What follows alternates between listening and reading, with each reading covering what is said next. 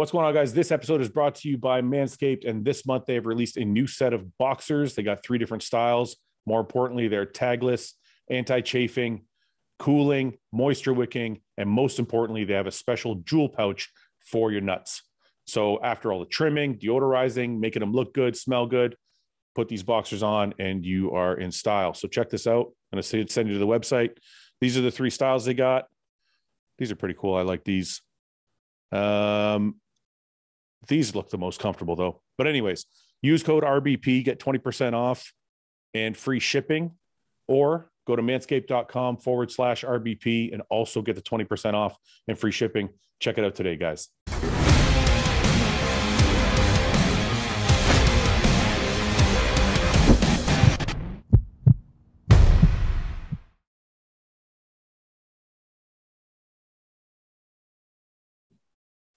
What's going on, guys? Most of the time when we do live podcasts, we are have them set up for us. So usually I'll get somewhere and there'll be an audio and a tech team there to set up the videos and the lighting and the cameras and all that for us. This was one of the first times, other than the Arnold's where I did it in my hotel room, so it was a little bit easier, but this was one of the first times I had to bring all my gear. So I had to bring my cameras, my lighting, my tripods, all that, and my mics. Now, the microphones, unfortunately, because I just bought them, I don't think I know how to set them up properly. So I'll take the blame for that. And I apologize to anybody for watching. The audio is not great, but I thought there was some good tidbits in this video. So I thought I'd drop it anyway, against my better judgment. So I hope you guys like it. If the audio sucks and you don't want to watch, I totally understand, but I'm putting it up anyway. This is our live podcast from Tennessee. Me, Brent, Ben, Nick, and Brandon had a pretty good discussion about a few different topics. So hope you guys enjoy it. Thanks. How come I can't sit on your couch? Why do you think you get the whole love seat to yourself? Because I'm bigger than you. It's actually correct. Because it's a love seat. Okay.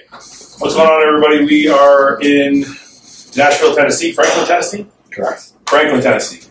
And I'm at Carbon Culture with the owner of Carbon Culture, Brent. And he also is the president of Armada, which is the manufacturing facility of Hostile Supplements and many other brands, of course. I'm with former Mr. Olympia. Do we call you former Mr. Olympia or just Mr. Olympia? What do you prefer? Once an Olympian, always an Olympian. That's what I'm wondering, right? That's right. Yeah, it's just, yeah. So we're also with Mr. Olympia. Oh, I don't think that's right. You just say, hey. Hey, Mr. Olympia. Hey, Mr. Olympia. Oh. We're also with a Mr. Olympia, Brandon Curry, Ben, and the future potential Mr. Olympia, Nick Walker. So yeah, so we came in, we got in yesterday, we decided to do some flavor testing, and we decided to catch a few workouts and just see how everybody's doing. So I want to check in with you guys. Brandon, how's everything going? It's going. Yeah, I've heard a lot of rumblings recently about things, so I thought we'd have a good conversation today. Straight in for the kill. Right in for it. No, we're gonna. I just want to let you get you prepared. Get your. It's okay. I only know so much. No, but we were just over. So we were just over at the new Carbon Culture facility that's being put up. And how many square? We're doing a rename. Oh, it's not Carbon Culture anymore. Yeah, we're going to kind of have 2 different styles now. Kind of more petite, which should be Carbon Culture, and then Carbon Performance is kind of the bigger box gym, which you guys want to do. So Carbon Culture then is studio personal training. More like personal. I mean, yeah, exclusive, more personal training, more intimate. Carbon Performance is something we didn't think we would do because it was kind of not our business style at the beginning, which is a big box gym. Yeah. But the market here in Franklin is right for it. So are you guys partners at the Franklin, the Carbon Performance? Yep. And you own Carbon Culture Studio in Murfreesboro. Yes. I got it right. How's that running? It's going pretty good. We're getting more and more traffic, more members interested. How many members do you have? First of all, how many square feet is the facility? This is like right under 8,000 square feet. So this one in Murfreesboro, like almost identical, 8,000 square feet, right. And then the new one's 32. And how many? The new one's 32,000 square feet. How many members do you have at an 8,000 square foot in yours in Murfreesboro? Honestly, I don't know exactly the root count right now. It has to be under 1,000. Like our whole goal with this was to create a good environment for carbon culture. Sure. So we'll never go over 1,000. And it's kind of based on square footage, equipment, times. So 1,000 is kind of the max. So you cap it. That's it. Yeah, 100%. Here, we're like, because of the transition, we're letting things be able to we would cap this one now. We've hit our max. And we started it for the right reason. We think the right reason is it wasn't really a gym to make money. Obviously, money will come. Yeah. But like, I wanted to build this gym because there wasn't one in this area that I found good, right? Either overcrowded, not hardcore enough, not enough equipment.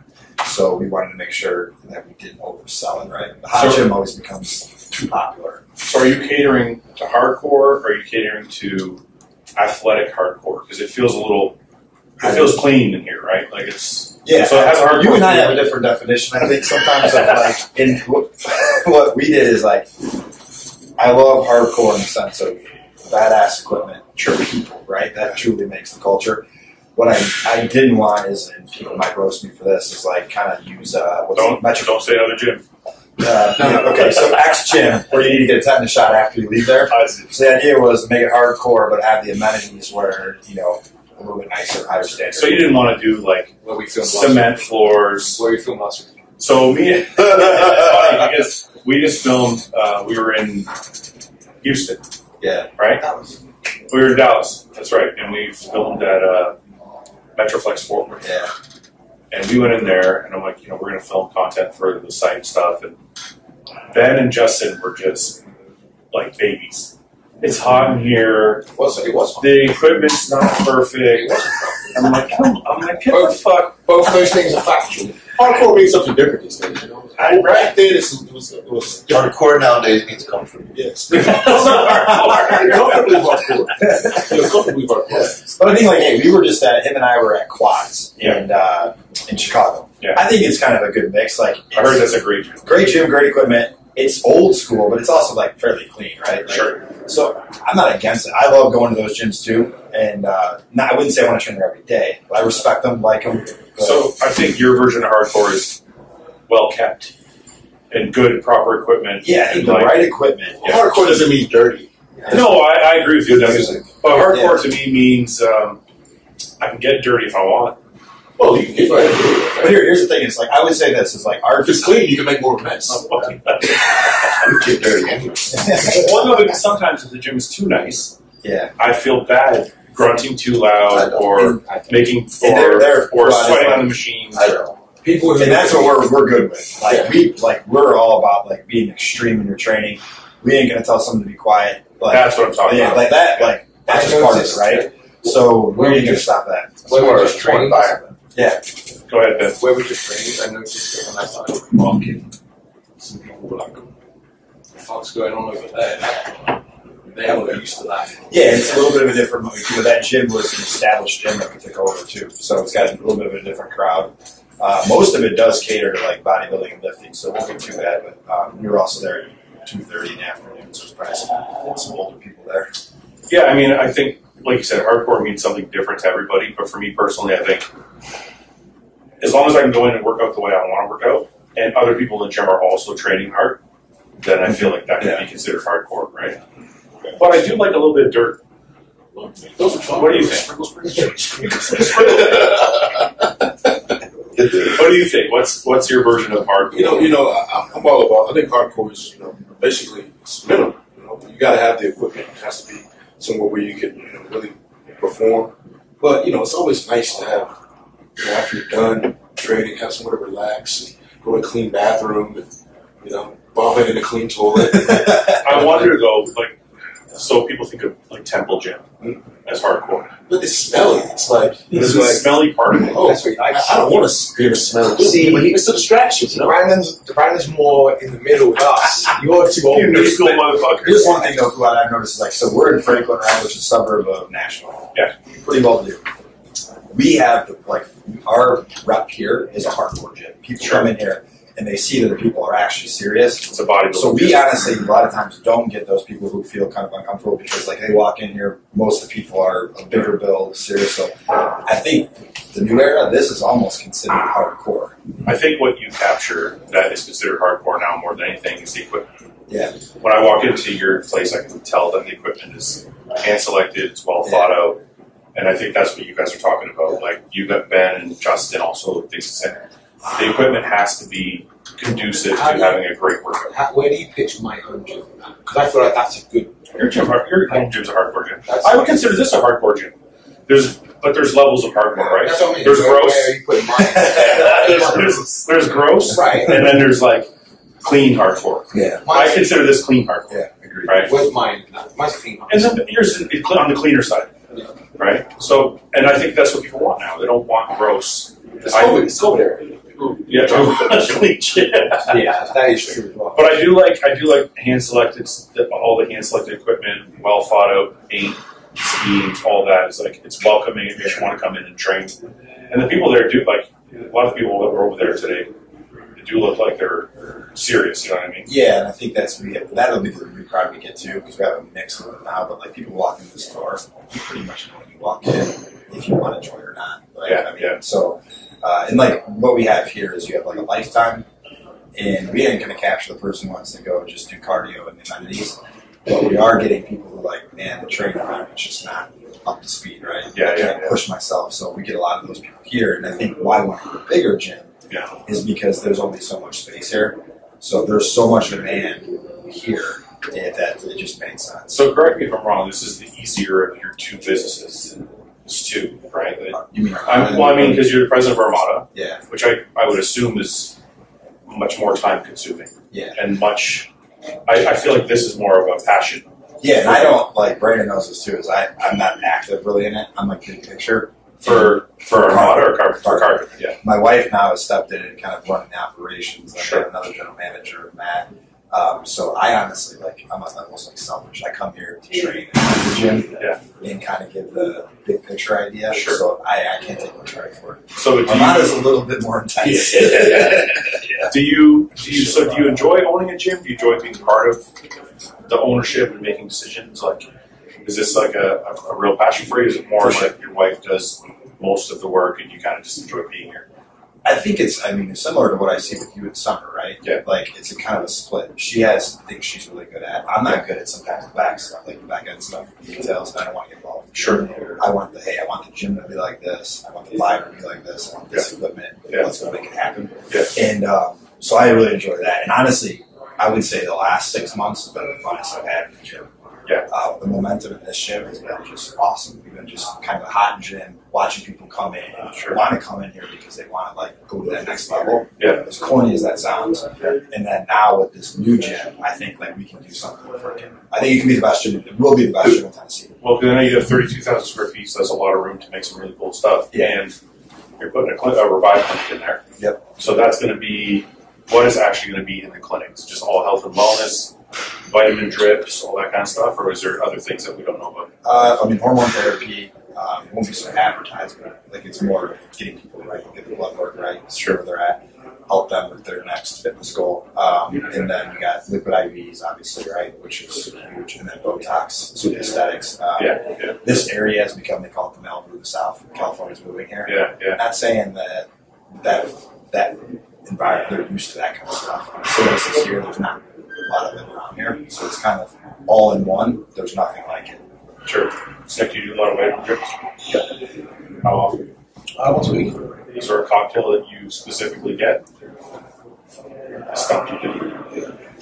Because I just go in, like they just know. Like this is what you need. Yeah. Give it to you. Yeah, I mean, there's things like glutathione, like right. What's that? I'm big on that. Glutathione. Oh yeah. Like you can't really get it in any kind of form outside of getting it injected. Sure. It's by far the strongest antioxidant. Yeah. So we're going to be select with the ones we do. We don't want to just put fairy dust in there. Yeah. Make money. So. Can you speak up just a little bit? Yes, sir. No, I want to make sure the audio comes. Yeah. So, are you doing anything like that at your place or no? We're strictly just training. We don't even have a aerobics area. Just all good equipment. We have a bodybuilding style gym. Do you have cardio there? Oh, yeah, of course. Yeah. Quite young. Because Brandon's competitor. So, we have those special step meals. I think that's What special studies? well, the Intesa brand incline decline. What is it? Have you seen these? Yeah. Korean. What does it do? Tell me. They incline. They're just able. So not just be stationary. Is it Korean? You asked me if I know what they are. Well, because you're Asian, so I figured you might know. Yeah, so it's pretty sweet. So we just we like to make an environment where the guys that are competitive pilot, we have a posing room and stuff like that. Yeah, all the kind of things are wet. The guys who just want to take it to the next level and just want a nice place to train. What I'm hearing a lot is we got a Crunch Fitness that just opened up. Murfreesboro is a very competitive gym market. That's why I started bodybuilding. Yeah. So you got your hardcore. That's why I started training. It's more the Olympus style place. Yeah. So they're basically underground dungeon. It's a nice place to train. Yeah. But then you have the corporate. You have Anytime Fitnesses. You have Quantum is now there. Is Crunch going to be like a $10 a month kind of thing? Yeah, it's kind of like whatever the Crunch model is. But what we're finding out is a lot of people. I've been seeing a lot more Crunch people coming in lately because I have a trainer that works over there.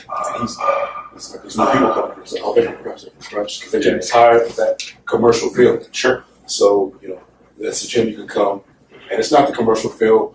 And everybody there, it's just like a respect kind of deal because everybody's there for work, to do something serious, or they're there to be motivated by those people that are working being serious. So it's nice enough to get that kind of those curious people in. We have the hotels that are in the area, so we get guest passes for people in town. So it's just a nice little setup, and it's not you do your cardio, look out the window, it's a nice view. Yeah. But it's like as a business, it's so crazy. So they're 30 miles apart. It's two completely different environments. Yeah. So like the average income around here is household income is $145,000, which is extremely high. Yeah. Then you go to Murfreesboro, it's not bad, but it's half. Sure. So like what you can offer and what you can do, right? So that's what we're starting to learn with the gyms is like one size does not fit all. Yeah. That's definitely where it's at, right? Yeah. So kind of we're learning to adapt. So you guys train together today? Yeah. Nick and Brandon, what did you guys train? Shoulders. How was it? It was good. I did more his style, really high volume, So what's high volume? Tell me what you did. like 12 to 15 reps, 4 sets, everything. How many exercises? A lot. 5? They did 85 minutes. We did 3 rear delts, 2 side delts, Yeah, how did you train shoulders for an hour and a half? and then two presses. Wait, so say that again. 3 rear delts. 3 rear delts? Yeah. That's I've never done 3 real delts. Two lateral raises. Okay. And 2 presses. Why are you doing 3 rear delts? Since I like rear delts. You want to make sure ask him about the rear delts. Yeah, I need to have Brandon Curry delts on stage. He's allowed to. I'm going to bring up a picture of Brandon Curry's rear delts here. And we're going to see if they're really worth 3 exercises. Hey, shh. You're like, finish with 3 rear delts, you're like, oh my gosh. You finish with 3 rear delts? And when you finish with it, you're like, my shoulders are so pumped. It feels like, We started with that. Yeah. Oh, you started with 3. Yeah. We started with rears, then to the sides, and presses. And then did it again. No. Oh, you did all 3 rear delts all at once. Yeah. Then you did sides, then you did presses. Yeah. Doesn't make sense. Why does that make sense? Ben's the coach. You'll never win. You're never going to win it. You're never going to win like that, All Brandon. I know is the pump's nasty. I don't know about. I've never done. I'm going to try that. I do this. I'll tell you that the laterals was weird. Did you do 3 rear delts? No. I do rears first. That's obvious. Everyone does that. It's Everyone. obvious. Not everyone Most pros do rears first. Some do sides first. Okay. It's not a big deal to do rears first. 3 rears is not normal. 3 rears. That's not normal. Which rear delt? But, if you want 3D, rear delts. I'm not, listen, you're Mr. Olympia. I'm not arguing with you. I'm just saying. Which rear delt exercise do you do? All right, we had some poor range of motion on the reverse pec. Okay. So we did side saddle similar, so cross body. Yeah. Poor range of motion. So it's really Those serious. are in the pack deck. Yeah. Side saddle cross body. Okay. So you get way more range of motion, way more tension. I've never tried that. I could try that. Okay. And then we did, we used the little lateral fly with the pads. Yeah. Use that as a rear delt. So you bent over it. Then overhead on the pad. I do like that. But That always feels good. But a higher angle. So Yeah. the elbow's more towards the ear, chest at the back here. Yeah. And I just smoked them, and then we did like a 45-degree angle. Yeah. Just right here. Yeah. There. For like high reps, 20 reps. So you got a little swing. Yeah. Fried. How do you always do 3 or no? No. How did 3 feel? Rough. Yeah. So that's 12 sets of rear delts. Yeah, I normally do like 1, maybe 2. Most I've done is 2 of each head of the delt. I've never done 3. That's what I was missing the whole time. So by the time you get to That's why my lateral, shoulders were shit. I could have been Mr. Olympia. My shoulders are fucking wider than yours. They're still wider than yours. I'm natural. These guys love each other. So, what laterals did you do after that? We just did a standard Dumbbell? Well, we did a cable. Cable. That was hard. That was rough. Tension from the bottom. Yeah. And then what after that? And then we got Seated seated because we didn't want to stand up. Yeah. We feeling lazy after that. So He was like, let's sit. Seated's harder anyway. It is. And then you did presses after. What presses did you do? Well, they had a hammer strength press machine, so we went there and then we did flex fitness one. Yeah, Kind of like slightly neutral. So it's safe to say you don't believe in the whole overtraining. What do you mean? You're like, what does that mean? Train oxygen gym. A lot of people would say that's overtraining, so you don't fuck with that. You just go. I'm just asking a If question. you eat enough, it's not overtraining. Don't take meat. Okay, so you on say a leg day, you wouldn't have that kind of volume time exercise sets wise. Yeah. You would. So what is it like? What is the quad? What is your quad? Do you separate your legs? Yeah. I was. I got some suggestions for putting them together, which makes my workouts extremely long. Yeah, I'll do it anyway. Have you ever tried? Do you like? I'm offering advice. I like to separate. I just want to ask you. Okay, I'm asking you a question. I'm not offering advice. Have you ever tried doing like quad dominant, hamstring dominant, where they're separate, but you still do one? I've tried that too. Yeah. And what's your favorite? But right now I'm just training legs once a week. Yeah. But when I do train legs twice a week, it can be executed more that way. When I'm in oxygen gym, actually I train 2 times a day, so quads in the AM, hamstrings in the PM. So it's twice a week. So what is a quad? What does your AM quad day look like? AM quad days probably at least do 4 exercises, 5 if you want. That's not that bad. 4 exercises for quads. 4 like Cube lunges. Cube lunges, that's 5. Yeah.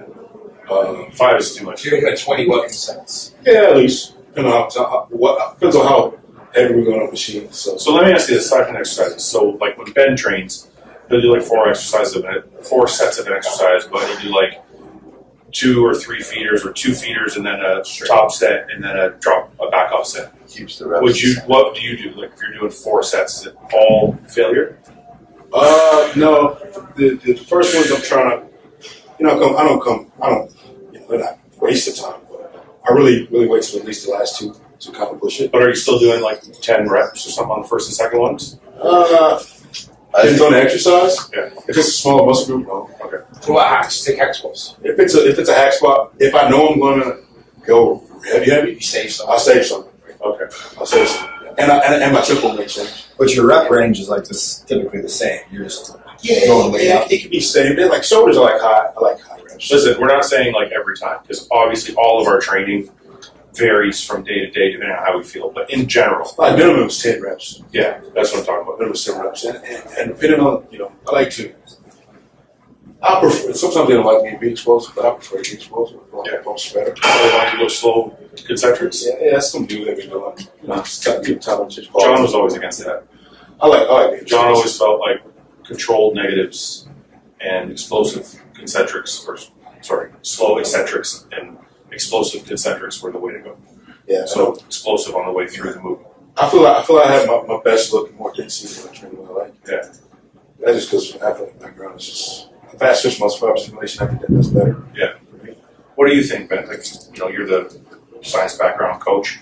Do you think explosive or slow concentrics? I mean, both can work, obviously, but like, I don't like what would you I recommend? don't like slow eccentrics. I You don't like slow eccentrics? sorry, concentrics. Yeah. I don't like slow concentrics, and I don't like very explosive concentrics. Okay. What I do like Sure. is a pause Yeah. and then an explosion. Because that way, You're not talking a long pause. You're talking like half a second. So if you're doing short press, yeah. But with that pause, the pure momentum, because if you say to someone, on the way up, I want explosive muscle, what they're doing is as they're arriving at the bottom, they're already starting to. They're springing it out of the hole. Yeah. So they're going to get that like stretch reflex response rate, and they're going to initiate out. So Sure. I want to kill momentum. Yep. For a split second, then drive out. Yeah. Because I said, like, if you say to most people, I want you to explode on the way up, as like I said, they start rushing out the hole. Yeah. It's just like, I want it explosive, but after the pause. Yeah. That way the muscle's going to get loaded and the weight's going to move from the muscle rather than from when you go through into that like elastic Yeah, you don't want inertia. You're doing the tendons are doing there's a lot of feedback from the tender coming out that initial week. So for people watching, when you're watching pros train, if they're not pausing the way Ben's saying, you're not necessarily saying they have to pause. You're just saying you don't want to spring. Yeah, look, I know it's going to happen. People are going to watch this and be like, well, so and so doesn't pause, so and so doesn't pause. But there's a difference between springing out of the hole and just being able to go back, driving out the hole, versus springing out the hole. Yeah. Way to you know what he's talking about, right? Honestly. Yeah. I just think to reach the same destination, just use different techniques. Well, of course, yeah. But I just think I agree with Ben because what he's saying is spring out of the hole, you're losing the entire beginning of the movement and the part that's going to build the most power. I think fast eccentrics there's something to be said about fast eccentrics. Fast eccentrics? Yeah. You think they're good? Yeah. Really? I think they cause more actual. It cause a loss of relation. Because when you have reversing momentum is not easy. You have to decelerate. Even though you think I can see that. Not, you still have to decelerate. Yeah. And decelerating something faster is probably a lot more harder than people actually. But I think you're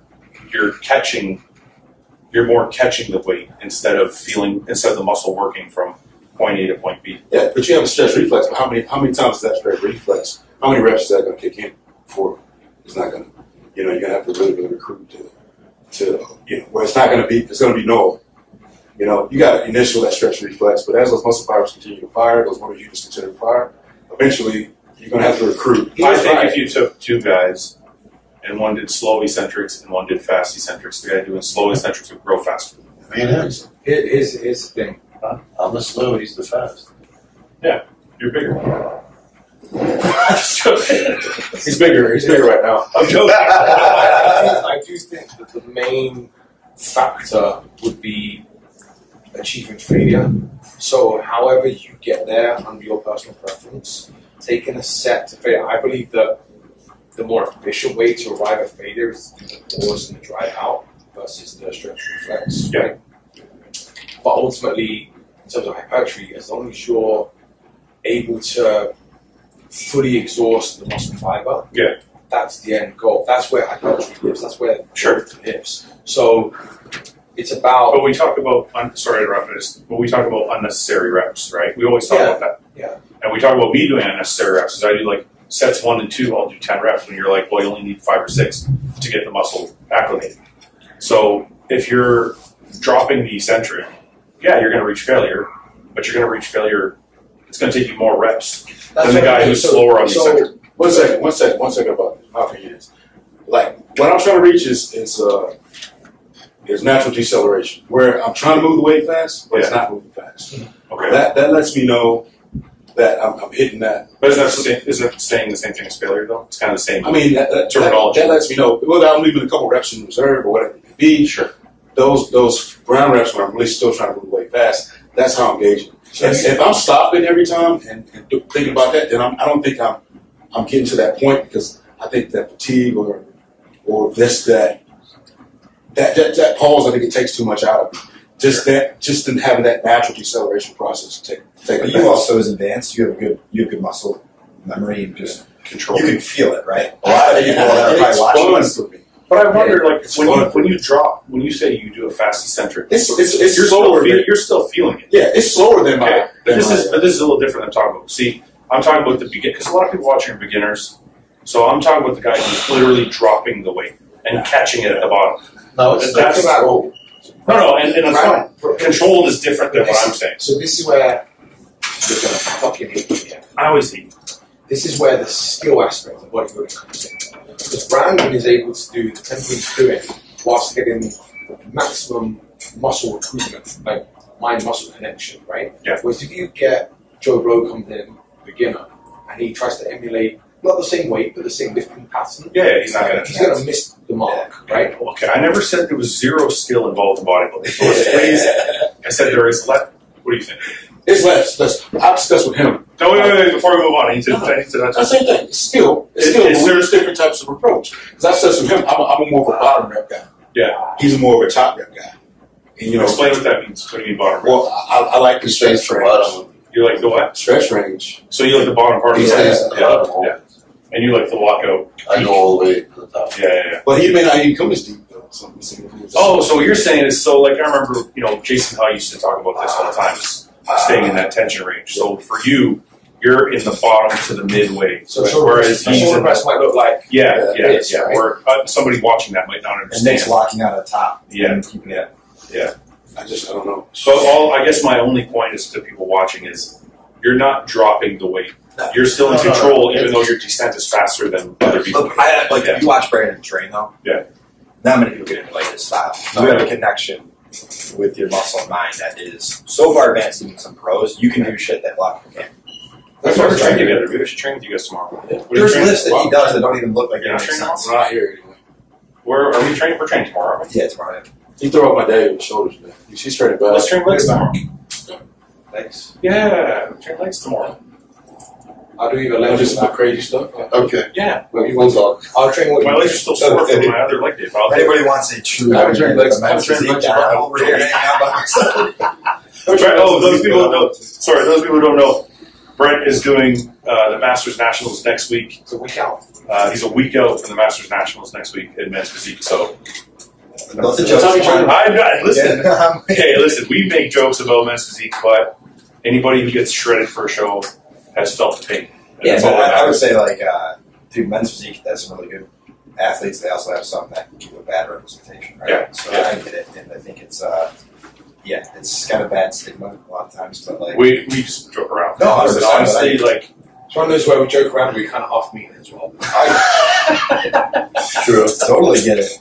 that's not. I get it. That's not true. I think if you can pack on the muscle and you can get shredded, then we're all doing the same Yeah, thing. for me, dude, it's the journey. Like, I love it. I love Yes. the process. So, like, I obviously have a job that I could never put on. Like, one, I'm not genetically to be a bodybuilder anyway, Sure. and two, I have a job that just You don't sit down enough to grow. Yeah. Well, this is the thing people probably don't understand is watching. They're like, I always say. being the president of Armada and dealing with how many supplement companies? Not as many as you think, but it's, I mean, business Even is if you're growing. dealing with a dozen, Yeah, like still, more. that's you're running around all day long. Yeah. While you're running around all day long, you also are helping with the gym.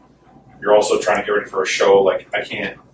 But I mean, dude, There's no way. And you have kids. I love it. To me, it's like, that's why I get kind of mad when people complain that are like in preps. It's like, people don't do it. I complain all the time. His personality is driven for it. But it's fun, man. Like, it's my therapy, right? Yeah. That, I'll do cardio really early in the morning where it doesn't affect anybody. I don't miss any time. Do you like being hungry?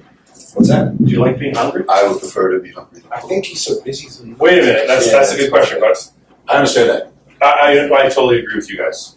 I'm much more productive when I'm a little hungry. Dude, I feel better. You always want what you don't have, right? But Yeah. when you're hungry, I feel like, one, you have more energy. You feel actually better. 100%. When you're To a full of certain shit, degree. man, like, you're lethargic. Worthless. Like, I just said this to my wife like a week It's going to ago. be rough to get off this couch.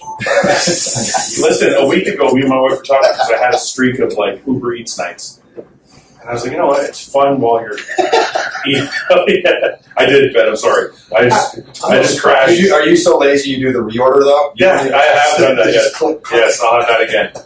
No, there was like 3 or 4 days where I did Uber, and I said to my wife, I'm like, it's fun being full for like 30 minutes, and then I'm like, oh, I feel like shit. Yeah. I actually always feel better when I'm a little hungry. Yeah. Not starving, but just like a But little how, hungry. it's like things, too, is like when you look forward to that next meal. Yeah. As weird as that sounds, that's Yeah. awesome. Then you eat, but then a lot of times you eat it and you're like, shit, I'm still hungry. Yeah. But that's where you've gone too far. Yeah. I don't want to be in the place where like while I'm eating, I'm like this. I'm so I'm like that meal I just ate, I was like, shit, it's running out quick. Well, Ben's on bikini calories right now, so he's got. How many calories did they bet? 1,500. And you're 1,500 on a training day, 1,200 on 1,200 is not even livable. That's one meal today. a meal. It's one meal. That's breakfast. I ain't more than that when I'm peeled. How are you living on 1,200? And you're cycling and shit. Holy Are you fuck. okay? Are you okay? The thing is, like, being busy, the last year, I've been busier than ever, so the hunger doesn't get me as much. But before then, when I was But I just bet you- bodybuilding, and I'd sit around in between meals, That's it. it was torture. But hold on, I bet you one thing though. This is where my day goes by so fast. I'm not hungry, right? Yeah. Night, man. When I Oh wake my up, God. So here's I what have to go in the fridge, and now I have sparkling ice and Gatorade. Yeah. If I'm gonna walk there, I just need to see the fridge, So I just gun like a sparkling ice. I'm like, Well, I'll say most of my Nighttime's the calories, worst. like probably 70% of my calories come from You wait 6 for p.m. them, yeah. until 10 p.m. Yeah. I'll eat 2 big meals and go to bed. Yeah, during the day, I'm good too, man. It's like right at 8 o'clock, me and my wife sit down and watch TV, or 9 o'clock, because, we work all day long. Around 9 o'clock, we'll chill for a couple hours and watch TV.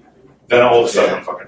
But that's, goes to say is, I think people don't realize how long they can actually go without food. That's why I said to you the other week. It's like, you don't. People think they're hungry, but sometimes it's all mine. Sometimes I wonder if they're bored and not hungry. Oh, I'm definitely bored. When I'm bored, it's dangerous. That's when I'm definitely bored. Mm-hmm. Yeah. That's the night's the struggle, man. Yeah. So how was training with Brandon? Seriously? I thoroughly enjoyed it. How was it? And I know you don't like to get into deep shit, but I have to ask you. Do you think anything training with a Mr. Olympia? There we go. I almost said forward. Does that give you any type of motivation? Does it give you any type of drive? Yeah, of course it does. Do you think yourself, I'm training with a Mr. Olympia? Or are you? Yes are and you no. past Like, I know he's Mr. Olympia, but I didn't look at it in that So you're kind of past that point. Yeah. Okay. So you're looking at it more like competition? Like friendly competition, obviously. Yes and no. I looked at it more as we're training together with a friend and killing a workout. Yeah. So at no time during the workout, you're like, I'm going to beat this guy in September or December? Oh, I think that every day. But What about you? For the gym is work and fun at the same time. So we both love to train. That's what we're in the sport. So feeding off his energy, he's feeding off mine. We joking around a little bit. Just to ease some of the pain. Is there any point at all during the workout where you're like, this guy's young and hungry and coming up? Or are you not thinking that either? Oh yeah, I already know that. It's preconceived, right? Yeah. So it's like, I like that. I like that energy. Were you able to keep up? yeah, Even with all the volume? yeah. Well, because you remember, I trained with Kamal. Yeah, that's true. Kamal's very high volume too. Yeah, golf from all age. What do you think's going to happen in December? What do you think's gonna happen? You say September. December. Oh, you said December. December. Well, it's a good year for me, I think. So Yeah, I think actually as our kind of me being the representative of Brandon. You're his agent. I think we thought about his agent. That's Brandon, but I'll be the agent for this conversation. Okay. Let's put some money on it. Oh, shit. I don't have your money. No, I'm not. It's not about how much. Not big money. It's, Do I get? you got faith? I think you got faith. I got faith. I'm going to sit up for this conference. Do I get to represent home to them in this? We could do it. Oh, yeah, that's all. great. I'm sorry with that. That makes it even better. I'll take your That's money. fun. That's 2, 4, and 5. So you got Hunter. I got my boy. And I got You Nick. got Nick. I think we do. Think about this. Let's I get. don't think we should do money. I think we should do something shitty. Yeah, I'm not Like, I shaking know my head. Brent's got. No, you're free. You're just No, you don't have to do anything. We're the horses. You're the horses. With the rich white people. I've always been jealous of Brent's hair. He's got really good hair. shave So I it. can see a shaving. I'll shave it, but here's my thing for you then. Okay. I agree to that. You have to grow a handlebar mustache. Handlebar mustache. Yeah, and wear it for at least 2 weeks. And that's only if Brandon Because you have to shave the beard. Well, Yeah. It's just just, the a mustache. straight up creepy. And that's only if Brandon beats Ben. Correct. Now we got it. That's not equal. Wait a minute. That's not equal to just shaving your head. You probably still look good with a shaved head. No, I got to comb that. Like you said, no, Yeah, the back here is a little bit of day. Ben, you think that's equal? A handlebar mustache with the twirly Shaved It's hair. It's all yeah, but his hair means a lot to him. Yeah, it does. Yeah. Shaved head. It's not for you. But our hair All the time I've known Brett, the hair was in exactly the same place every Yeah, don't touch it. Yeah, that's a big deal. Don't touch it. That's a big deal. How comfortable he is. See, our hair means a lot to Yeah, us. so he's got good hair too. It's the meaning. It's the meaning. It's the meaning. I mean, dude, a handlebar mustache. Come on, ain't that? With It's not that the, bad. That's I all it don't even means. know if I can grow They that. call you like Professor. Yeah, I doubt you're. I doubt Yeah, you you're. can grow it. What are you doing? It's already- Before I agree to this, what are you doing? So we got to think about this. We got to tell him what he's got to do. No, I can put it off. So come at me. You can't pull it off. Well, fine. You have to fucking dye your hair purple. Fine. No, that's. He said fine. He probably if you look back, he's Oh, probably. No, man, you gotta find something. Oh, again. Okay. Again. Let's think about this. Nah, man, you gotta find something. What do we got? Brandon, you got any ideas for Monday? I'm bad at this. We will think about it and come back. How bad it is. So the R2s are locked. You good with that? I don't know if mine's locked. No. I gotta make it How much better. faith do you have? I want to make sure You should agree to any. No, I gotta make sure he says. It's not about I'll do it. Fine. It's not about me. I gotta make sure he does something shitty. Go ahead. Dude, shaving my head will kill me. Yeah. Like, I will bother. That hairline. All right, perfection. He's gonna go clean shaven and the head. Yes. Top and bottom. Yes, top and bottom. No, but this is it's gotta be big. You gotta double something. No, but he's gonna get rid of the 100%. But the only thing is, it's a handlebar. No other facial hair. 2 weeks. 2 weeks. No other facial hair. You have to do no facial hair except for your eyebrows. No hair on your head except for your eyebrows. Okay. For also 2 weeks. Fine. Well, it's not however long the hair grows. You have to take photos. What are you talking Take a about? lot of growth. You have to get photos of just no hair. It's not gonna happen. No hair. It's like, Hey, Fouad, you don't mind if I just load up on growth right before this and get that hair? He's safe. He's safe. all right, what's Ben gonna do? Okay, we'll figure out what Ben's gonna do I after. gotta think about something here. Ben's Listen, whatever it is, Nick's gonna. Okay, so here's the rules. So, wait a second. We have a three-way bet. How would this actually work here? Yeah. So two that don't win. Both have to win. Oh, two don't win. Yeah. So whoever's first. So if Nick beats Brandon and Hunter, Yep. then you guys both got to Yeah. do whatever the fuck we agreed on. Yeah. All right. Yeah. So Nick, don't fuck this up.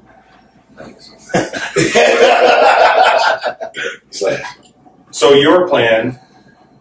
So one of the things people don't know is you haven't been back to Kuwait. The last time you were in Kuwait was only for 8 weeks. No. 10.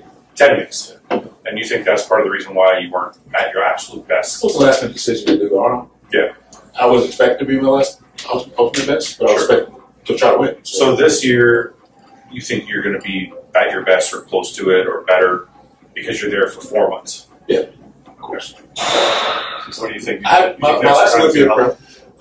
My last Olympia prep I'm was. ready to go. You're not backing out of the bet now that you got that information. I already knew that information. It's like our bet is locked, dude. You ain't. That's it. My last Olympia prep was 11 weeks. Okay. Yeah, you were second.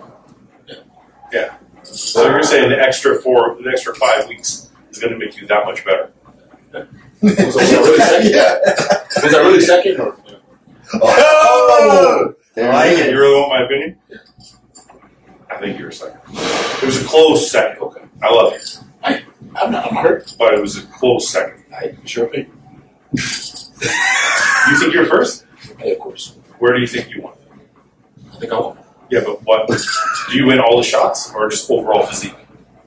Like if somebody said to you, Brandon, break down why you beat Ron, what would you say? I say, what did I didn't win? What shot I didn't win? What shot didn't you win? What shot did I give Rami? Side shots? No, because my side chest was better than his. The lower body. Maybe side chest. Maybe side chest. Side chest, side try. I'll give him side try. Back shots you won. Front doubles close. Okay. Say that. Front lat close. So you traded shots. Yeah. Was his conditioning a little better than yours? Not last Even? year. Or was yours better? No, his was better. Last year he was better. The year before, Robbie was better. Yeah, and Brandon's 20. conditioning was better. So you think he should have won also? I wouldn't have been that. Well, nobody. Okay, wait. Wait a minute. Hey, that's a different way of saying it. Nobody would have been mad if Brandon won. I could have seen. I would have been. I didn't say I couldn't see winning. Ben would have been mad. No, he said No, but like, of course, if you would have won, I would have been like, no, there's no way, for sure. I could make a case for both. That night show, man, he did. I thought like I would have almost had. You thought he pulled it out, I thought Robbie looked better. but I thought Rami looked better than I showed. Hottie looked Or am I remembering? Well, I think Hottie looked a lot great better on Saturday. I know Hottie looked better. Finals, Hottie was phenomenal. That's No, I agree with you, but Rami was also better on the Saturday, wasn't he? A little. I think he was half. He wasn't. You thought he was the same? His marginal. Okay, I wasn't there, so I can't I speak to think it. of the top 5, I think they all got significantly better into the finals. Yeah. Rami less so than everyone else. You know, I think they all. But he was already Yeah, ahead. but I think everybody took a big jump Yeah. from Friday to Saturday. Like Hunt definitely did. Do you believe in the knocking Hottie out the chip? definitely did. Sorry, Ben. I think I was fifth, regardless. No. Did you think your Friday night look was better? Did you think you improved into Saturday or about the same? I think I improved. Yeah. But I think from prejudging to finals, I was fifth, regardless. Do you believe in the knocking I think out that the was- champ? Only when it's Whole convenient. thing. Only when it's convenient. Only when it's for you. Good answer. No, seriously though, do you believe in the because I don't know if I believe in it. I'm like, look, if he's better, he's better. But Nah, I don't believe in knocking it out. I mean, it's just the same, but in reality, does it really happen a lot? well, because I'm thinking about you and Rami, right? So Rami was Mr. Olympia, and you kind of traded shots. Right. And I don't think your conditioning was that different. So I wonder if they just gave it to him because he was already Mr. Olympia. You know what I'm saying? Like, that's where I think that saying would apply. But seeing as you're a former Mr. Olympia, maybe it doesn't, because you're on even. Yeah. And maybe if you've been a rookie or something. Yeah. Because he's a former Mr. Olympia, it was an even He's keel. he's fucking right. Yeah. No, I get it. I'm just, thinking out loud. Yeah. What do you think between Rami and Brandon? As someone who was there. Last year's Olympia? Yeah. And don't say Brandon because Brandon's sitting here. I'm trying not to look at it, so. On the Friday night, apparently considering that I saw the 19-looking person too. Yeah. So I compared to the best I've seen. Okay. You weren't that. But then I was there in 2020 and saw Rami and he wasn't that either. Yeah. So they were both less than their best. Yeah. I thought Rami on Friday night was better. I think Brandon was better on the Saturday, but I think Hadi was better than everybody on the Saturday. What do you think about Hadi? He was too off. Rejected. Yeah, he couldn't make up the ground. Yeah. What do you? Okay, so if he'd have turned up Friday looking like he did both nights, you think he would have? Yeah, I would have considered him, somewhat of a threat, but then we have the shoulder issue. That's take that out. Yeah. If we can look past that. I mean, I can look past it, but I'm just saying that was part of I can see that being a big hurdle. it's hard to look past it now because it's all come out. Yeah. Well, that's what I'm saying. I mean, at the time, I was like, I don't, because it's part of the sport. People do. At the minute, it's a big bone of contention. It's actually somebody asked me online about it. But when you're talking about SEO, I'm just talking about site injection. Okay, well, whatever it is, right? But nobody knows what it is, so I'm going to give them benefit of the doubt and say it's site injection. Okay, manipulation of your physique from an injection or whatever, right? Yeah. I don't really see people. I don't understand why people are mad about it when we're in a sport where we're saying, hey, take a veterinarian formulated drug to make your body look as good as it can. I believe that people ruining physiques with it, but they're also ruining physiques with using drugs anyway. Okay, but wait a minute. So I think everything that's on the table, if you can make your physique look a certain way. I think there's a certain amount of acceptable limits to it for me personally. Me and Luke had this conversation a long time ago. I think we both kind of agreed that if it's your biceps or triceps, who cares? And I know that sounds silly to people watching, but you have to build a back. You have to build legs. You can't fake them. And those are the hardest things. But I think if I'm going to play devil's advocate, I would say the reason people are upset is there's a lot of purists out there that are like, yeah, using injectable, hormones and stuff, but at least it's still your tissue. But where's the line, though, right? That's the line. Because that's your tissue. The natural federation will be like, well, we're the purists. No, I get it. But now you're talking about an entirely new thing. You're like, that's not even your tissue. I just think if we're able to... So then where do we draw a line? Do we say implants are okay? I can go to the doctor and say... Well, the wellness girls are getting ticked off. Yeah, but they're getting marked down because they're getting marked down for it. Oh, you say notes? Well, of course. Girls that win it, well, you can't mark down people if you don't know. And that's my point. Using SEO, if somebody says you've got a real bad missing body part, that where if they didn't use an SEO or site injection, whatever you want to say, you'd be like, well, they've got no rear delts, and they're marked down.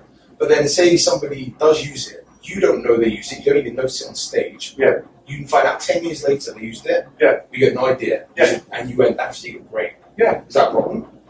No, because you don't know. That's what I mean. So, no, but I'm saying anything's on the table to make your physique look better. Yeah. If you're using it and it looks obvious, now see, my thing is this. You're not going to put everybody under an x-ray and be like, oh, this guy used SEO, this guy didn't. So what I'm saying is, if it's noticeable, just like an implant, just like anything else, then... Of course. Yeah. But I'm saying in terms of should you be allowed, like, fucking hell, you're letting these guys do everything else. You're not allowed, but if you didn't make it noticeable, then nobody cares. Okay. You just need to be good at it. You know what I mean? Yeah, you got to be good at it. I mean, So it doesn't look like it's right. Yeah, it's broke. There's like 400 grand on the table. Really, you got to. Everything's on the table to make your physique look the best it can. We're having two different conversations. So, as an athlete, I agree with you 100%. As a purist fan, I'm like, if you're going to do it, cool. But if I find out, I definitely don't agree. It's not even if I find out. It's if I can notice it. Yeah, I don't care agree. if you tell me, and I'm like, well, I couldn't tell. Good job. Yeah. Right? Yeah. I couldn't tell you. See, because my thing is this: if it's noticeable, you probably didn't have the body part at all. I think that's true. Right? So you literally fabricated it out of oil. Yeah. Whereas if it's not noticeable, you probably had everything there already, and you just enhanced it a little bit, which to me is fine. I think either which way, if it makes the physique better, As long as it's not noticeable. if it's better, if his physique is better. What if it's noticeable? Hadi's physique. No, you won't know it because the two go hand in hand. If it's better, you don't notice it. Okay. That's what I'm saying. I agree. If you use, there's probably plenty of guys that use it, but we don't even. Like, oh shit, I didn't even know. Yeah. Cool. I don't know an issue. Brent, this is what happened on the podcast. Me and Ben get an argument, and it lasts like 15 minutes. And then we agree at the end. So we do the rumble in the burrow again. We can pull it off. Okay, so I want to get into some topics that came up that I've heard about that I want to know if you can fill me in on any details. Mm-hmm. So you were part owner of 015 Supplements, correct? Is 015 dissolved now? Is it no longer yours? Are you still looking into making your own supplement company? Or are you with another supplement company? What is the kind of news on all those fronts? Well, 015 is officially dissolved. Okay. I had a decision. I didn't think I would be able to take on the full responsibility of the company myself. Mm-hmm. Lost distribution in the process. Yeah. So I decided it's best for me to move on. So, can I interject for a second? Is it a matter of you and your partner or partners kind of didn't mesh well together, or like why the separation? Why were you gonna have to go on your own? If you want to answer that, I don't know all the reasons. It hasn't always been discussed. It's not all clear. Sure. But I guess wasn't moving enough. Yeah. At a certain point in time, or maybe they felt they sitting on too much inventory. Yeah. Or it could be something totally different. It's just what I was told. Yeah. But, as far as the situation is concerned, it popped up at the right time. Moving on. Got some good things ahead. I'm cool. So where do you go from here now? So 015 is dissolved. Is there another supplement company you're going to, or is there plans to start a new supplement company of your own, or how does that work? Right now, it's the better option is for me would be the immediate money. So to sign with the company. Yeah, the immediate money right now. Do you want to sign with Boston? Okay. I can't afford it. I'm already pretty much. I got pretty much negotiated. You have a deal working out. Yeah, everything already. So it's just a matter of just waiting on sign the contract and paperwork and out. So it's already moved on. It's just a matter of right. 015 was really just a long term thing, and it was it's a long term thing. It wasn't necessarily making me immediate money. Sure. Yeah, it's a long term play. So it was a long term play. Yeah. So it's something that but I knew I couldn't juggle it all alone, considering I'm still active. Yeah, there's no way. Even if you weren't active, I mean, That's just tough. Yeah, I have two partners, and I'm like, there's no fucking way. Even retired, I can't do it on my own. Right. So it was it was nice. It was a good experience. Sure. I learned a lot, but I can say this: I had probably more help in the beginning. Yeah. And towards the end. Okay. And that's kind of where I feel like, okay, I was kind of more on my own, and I didn't really want that situation. Sure. To be so much on my own, and so much responsibility, because everyone's going to be when it comes to running stuff. I don't think people really understand how hard. I mean, Brent, you've had these conversations with numerous supplement company owners, I'm sure. I don't think people really understand how much goes into it and how hard it is. Right. And if every partner on the team is not pulling their weight, there's no way. Well, and just how much competition. What we were capitalizing. Saturated. We were pre-COVID during COVID on the idea, I guess. But what we were capitalizing on was kind of like my international presence, international relationships. Yeah. But what I noticed, just traveling a little bit here and there, is the traditional ship overseas market distribution kind of was really hit by the prices. Oh yeah, definitely. Well, I think and just to expand on that, I think you had launched your company in March of. It was a week before everybody shut down. Yeah, I think it's tremendous. There was another company I know that launched at the same time. The fact you're here today, hats off to you because it's the worst time to have a supplement company. Supply chains are difficult, so you had the cards stacked against you anyway. Sorry, Brent, there's probably people listening that don't know, they probably hear that terminology all the time and they don't know what it means. Can you give me an example of supply chain issues and what it would do to a supplement ingredient or product? Yeah, never before. I mean, you always have an ingredient or two that have issues, right? You got to work around them. You can figure it out. COVID caused so many things, and it wasn't just one lever, right? Sure. All the ingredients, obviously, they had production issues because labor shortages, people weren't going to work, right? Some of them are in the Far East in China, some are here. So their lead times, capacities went down. So that's one thing. So just the lead times for just making creatine, for example. Exactly, right? Yeah, that was the one that was affected big time. Yeah. So that happens. At the same time, then, you have labor shortages, right?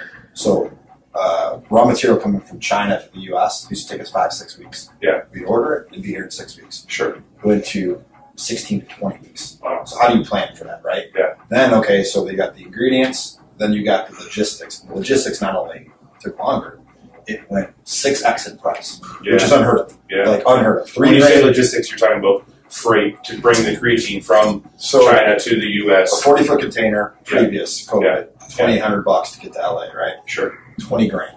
Yeah. By the end of it, which is you never would think. Maybe doubling's one thing, but 5-6x, right? Sure. So you got that. Then you come to the plant level.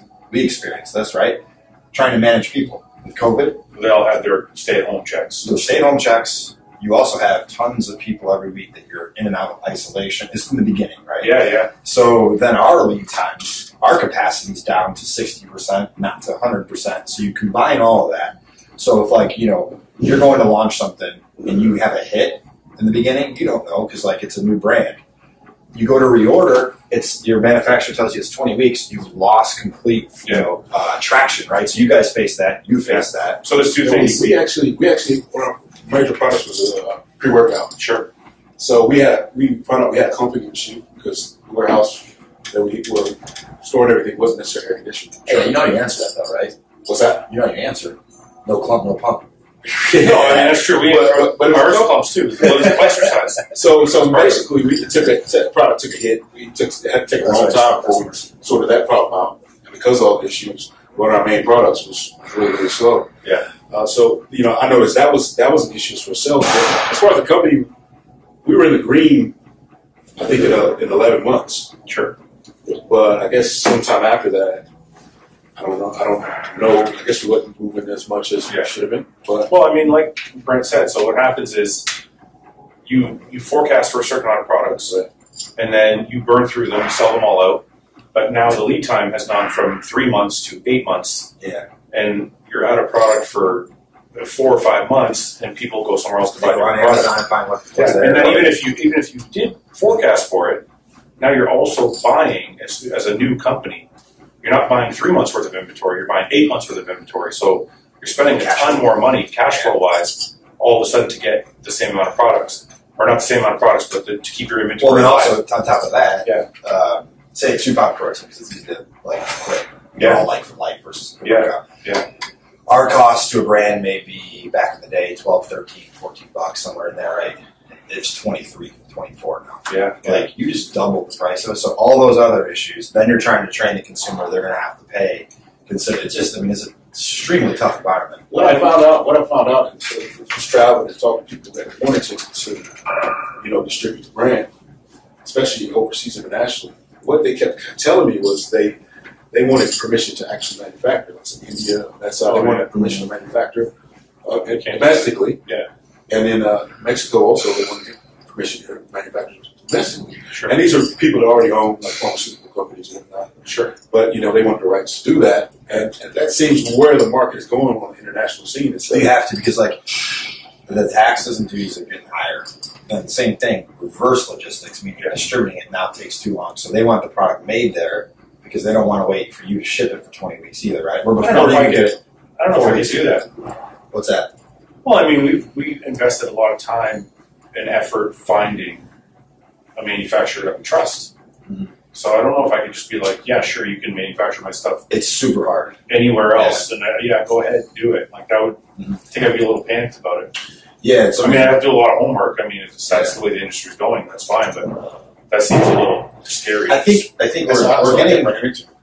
we're getting to a better point. Is like logistics are getting a little better now. Yeah. So I think why it forced and why they want to is like there's just a really time thing and a cost. A container went from $3,000 to $20,000, right? Yeah. Containers are considerably back down. Sure. Lead times are cutting. So I think if you fast forward in a year and you're ready to go international, maybe it won't be what it was in 2018, but you'll be able to get it going. Yeah. And we got the small little plant in the UK for you. We're gonna need the big plant soon. Anyways, it's it's just a tough environment, right? And then talking to Brandon is like, I mean, right things happen, in right time, right place. It seems like a great spot. It's not a bad situation. It's something that you don't want to happen, but sometimes things will happen in favor either. How bummed out were you to have to dissolve? Like, it's kind of your baby, right? Yeah, I mean, I took some time to think about it and not really feel it. Yeah. And I think that helped. How? What do you mean you didn't feel it? Like, if somebody took hostile away from me tomorrow, I would be like... Yeah, because the initial thing is you think about your feelings, right? Yeah. So I didn't let myself focus on any of that. I totally just was patient with the process and just like, okay, I want to think this through. I don't want to be frustrated about it. I don't want to express any emotion, but I want to think it through. And then, of course, my wife is being productive. She's heard me. She's known. So I'm just like, okay, I just need time to just kind of make sure what this is not, it's like, so I was patient, and then next thing I know, I'm getting good news, better news, and I'm just like, okay, I didn't waste my time. Yeah. And I hold that it's pointless. All this stuff like this. You're so calm about everything. Dude, it actually makes me mad. Doesn't it make you angry? I'm waiting for something to disturb him. It's like it's not possible. I have not seen it. How the fuck does that work? I've been there. Can you teach me that? I've been there. So please teach You've been where? I've never seen you upset once in my life. Yeah, but I've been there. Like, okay, let's put it this way. Yeah. Was it 2017? Was it 2017, 2018? When I got 8th in Olympia when I thought I was going to be 17. That really pissed me off. I was walking away from the place, venting, and I'm thinking, my wife's trying to calm me down. No, it's okay. I said, I got to get this out. Yeah. So I'm pissed, really pissed. And then at the end of the day, I wasted all the time being pissed, being moody around everybody. I was like, I was such an asshole. I wasted my time doing it. I mean, it's just like, there's no point. Oh, yeah. There's no point. It didn't change a thing. Yeah. I was being a baby. My phone would ring a lot. But it feels good. No, it didn't. It did feel good. It doesn't feel good. You're pretty pissed. I think emotions feel good. It's just self-soothing. It is self-soothing. Yeah. It's self-soothing. That's right. It feels good. That's But right. I think that's one of your biggest. That's honestly one of your biggest strengths, dude. It is a and huge I'm strength. sure Nick's a little bit like this too. Is like you can get locked in and you don't let emotions. You just your focus and like you kind of feel. No, time out. When I was competing, nothing could. Like if it was prep time, nothing. It doesn't matter. Like if I was angry or sad or I'm eating my meal, I'm going to the gym. Nothing is going to get in my way. That's not. I don't mean that as much. I just mean like to not let it affect you. Period. Yeah. Like so many times, like I wasted my time, like being negative. And then it turns out to be a better situation than I thought. But don't you think like every person is emotional? Sure. You can't. That's what it is, right? Yeah. You train yourself to be better. I'm an emotional leader, and I've learned in the last 6 years is like that's my strength, but it's also my weakness. What does that mean? Like I'll react really fast. I want to sort things out today. I've noticed that. In a minute, right? Yeah. So that sometimes is a really good thing. It's good quality. Sure. But also you don't get enough data, right? So I have people like you manage 500 employees. Someone comes to you and I react. Well, I haven't gotten the other side of the story. That's right. I send a crazy ass email. I'm like, oh shit, right? I've done So now I can say I'm not perfect. I'm still emotional, but I actually take the ability to train myself to step back, gather more data, and even if I'm going to send an email, I sit on emotional emails for at least. How many times have you written an email and not sent it? Lately, a lot. My early days, I think it would be sent, and then I'd be backpedaling because I'm like, oh my god. But for me, it's you think it's cool, but it frustrates everyone around me. It frustrates me. I'm not even around you. Because they think I don't care. I just want to see Brandon angry once. They don't think I care. And it's like, it's not that I don't care. Hold on, you just heard him. He said he was, like, I first time I ever heard about the 17 saying he was pissed off. That was the most emotional I've ever seen. That was baby steps. So wait a second. If it's not that you don't care, what is it? It's that I'm just able to see the positive? No. It's just that I like to be patient. Like, anxiety. When they have anxiety, anxiety wants to kick in and take over, right? That's right. And I'm not clear when I'm anxious. But so you've learned to manage it like you learned, because I'll get a phone call. Yeah. So rather than something that pisses you off, beforehand you would have just reacted. You're right. You react to me, and I buffer that. Yeah. And then by the time you vented, you then can do the thinking. I'm even getting better at calling you. Like I think hostile, just owning the company, has made me more patient. Because it forces you. Well, because you can't. You'll fuck your whole company up. Yeah. Like you can literally, with one bad email, you can destroy your company. Yeah. So that is, and also just like you said, the patience of waiting for product. Yeah. But back in the day, it would stop my. Where's our product? Where's it? Well, I think Fouad 5 years ago probably showed my doorstep punch me in the face. But as a kid, I was like that. I was very reactive. Like I was very like I didn't like I punched best friends. Stuff I really regret doing. Yeah. Because I was very like reactive. Sure. But as I got older, I realized it was less trouble. For me. Yeah. I think John was the first catalyst for that for me. John was the first one to teach me to just wait, and then owning hostile is just taught me patience in general, just like in business and emotion and every way. Like, well, especially when you can't control things, right? Yeah. Like, I mean, you can use kids that help that too. Getting pissed. What's that? Kids that help that too. That's true. They'll piss you off. Yeah, you're like, okay. I can imagine. No, but it's like, I think Brent just hit it on the head. My whole life I've been a control freak, and when you're a bodybuilder, you control your own destiny. Yeah, you're like, you're your own boss. You do whatever the fuck you want when you want to. And I think hostile has been like, oh, I'm not in control of any of this shit. This is the market. This is that. You lead. Yeah. You can't control it. That's right. So example being is like supply chain. You can't control that. You can't control if that goes off like wild, right? And it flex hospital. Those are not in your control, right? Like you hope for the best. That's the key. Know what you can control and know what you can't. Because that's how I look at the situation. Otherwise, I've been a very mean person. Yeah. And I don't want to be that person. So what I gathered from today fully then is you're not retired. No, of course not. Wait, we need to get you on a scale. Are you 205 pounds? No, of course not. I haven't seen 205 pounds in. Who said you 200? Well, forget it. I don't want to answer. Someone said he was 205 pounds. Hey, but he was right. I did see a clip. He was right. I'm able to, like they said, you come here looking like a regular person in 3 weeks, you're like a freaking different person. So I am able to transform very fast. Yeah, but that goes for anybody. Look, I've been natural now for fucking 5 months. Like, I've taken 5 shots in the last 5 months. I'm sure if I started... Seriously, it's bad. What would that be called? That'd be called it's like shitty TRT. Low TRT, yeah. No, but honestly, if I started eating again 6 times a day and started get back on gear, my body would come back really quickly. Right. So it's not a transformation the way people think of it. Right. It's not like somebody going from no muscle to all this muscle. It's somebody who had muscle, took a break, and then they're just rebuilding their stores. Like, you're not losing tissue. Right? Well, there's extremes. You're a hyper responder. Yeah. I mean, they make jokes about it.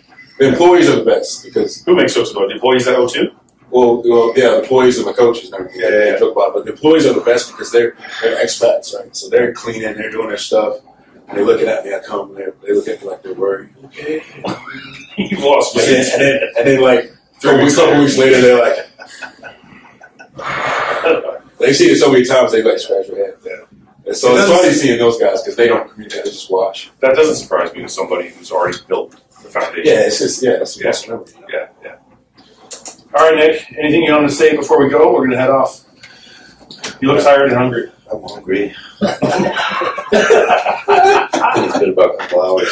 Are we training legs tomorrow? I don't know, man. I don't like to train legs when I travel. Yeah, I know. We'll get back. We'll get back and this was do legs. I want to do legs. I want to say I train legs with Mr. Olympia. Yeah, Next time we'll do it. I ain't trained legs in a week, so it'll be good. Mine are still sore from my last leg day. So When was that? I can do legs. Was that with him? Thursday. Oh. No. Your knees good? Yeah, I feel pretty good. I haven't trained legs since we did bench press. Really? I only train when I see you guys. Though. Yeah, that's true. He's a cyclist now. Yeah, but this guy, he's born with legs. You guys best go out and I've seen a lot of people. Right? Luke used to say that. I said, is Ben? I said to Luke once, I'm like, is Ben strong? He says, not strong. He says, good form.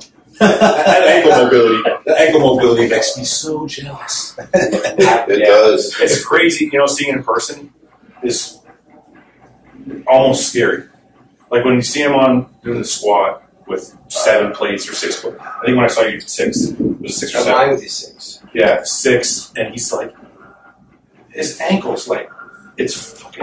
Doesn't the leg press too? Like The leg press actually scares me more. So he does the Cybex one that you guys have at the Carbon Performance, but he puts his heels off the pads, and it's just the toes.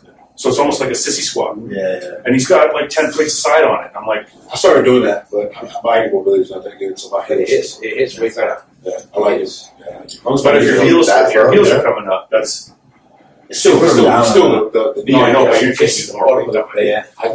once I practice it. I mean, that's like a sissy squat. If you ever use I go low. Roger's hip press. No, my knees help you do that. That's the My knees best. really help you. Dude, that's Cybex. I make sure they help you. hamstrings too. But now I make Put your legs a version of way the up on Cybex, top. and it's heavier. We're all talking at once. Yeah. Oh, sorry. I was saying Banana makes a version of the Cybex, but it's heavier. Okay. And I've been able to eventually lower that stuff up pretty good with that kind of form. I'm training. All right, so we're doing legs tomorrow.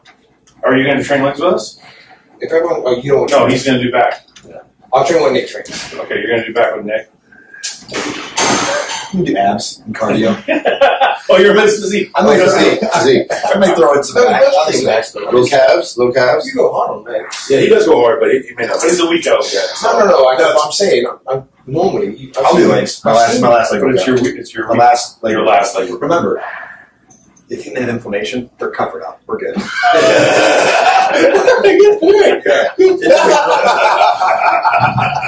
We're good. All right. There won't be anybody else on the national stage. We're gonna have to train legs here. That's how they train. We're encouraging I know. Fouad Yeah. What's wrong with a week out. Yeah. What's wrong with yours? How's the legs over there? Good. Great. Okay. Yeah. And we'll go earlier so like you're not busy. Okay. Oh, I mean, you can walk back and forth. You want to use the Rogers? You can come in here and I use was it. going to lunge back. Yeah. Lunge. I was just curious. You have that hip thrust. That's pretty good. Oh, the one we just trained. Okay, yeah. So why don't we try and get in at 2? That way there's nobody here. 2:30. You think we can get everything done by Yeah. Yeah, sure. All All right. Well, piss my rough for people. You what? Piss my rough for people. Why? It's not been inside a week. I'm trying to buy it. I'm leaving tomorrow. You got it. I got to. All right, everybody. Thanks for watching. It's been a pleasure, Brent. Thanks for having us here. Yeah, thanks for coming out. Honestly, good talking to you, Brandon. Always Hey, good just talking to you. one quick thing, just to make sure we're good at this. I'm going to do the mustache. So tomorrow we'll think about it and we'll finalize it. All right. And Running on this in writing. We can't do anything to Ben. Sign The guy's contract. got a neck tattoo for 5 days. I got to really think about this. I'm gonna have something tomorrow though. We're gonna find something. What are we going to do a colonic on tape? I'll do a colonic. That's what I'm saying. I'm telling you. You have to do it. Not me. I'm a horse. Dude, I have you've got the perfect face for a nice little creepy all the fucking professor. African- I don't wait. You're going to look great with no fucking hair, though. I don't look ugly, dude. It's like that. You're the proper peanut. Yeah, Top and bottom. All right. Thanks, everybody, for watching. Catch us on the next RBP. And we're signing off. Bye. Thanks for watching. Please subscribe, share with your friends, and like the video. And if you get a chance, check out the description for all the different links to all the different places you can find Hostile and myself. And lastly, check out hostile.com for our new line of supplements and all of our apparel and gear. Thanks again for watching.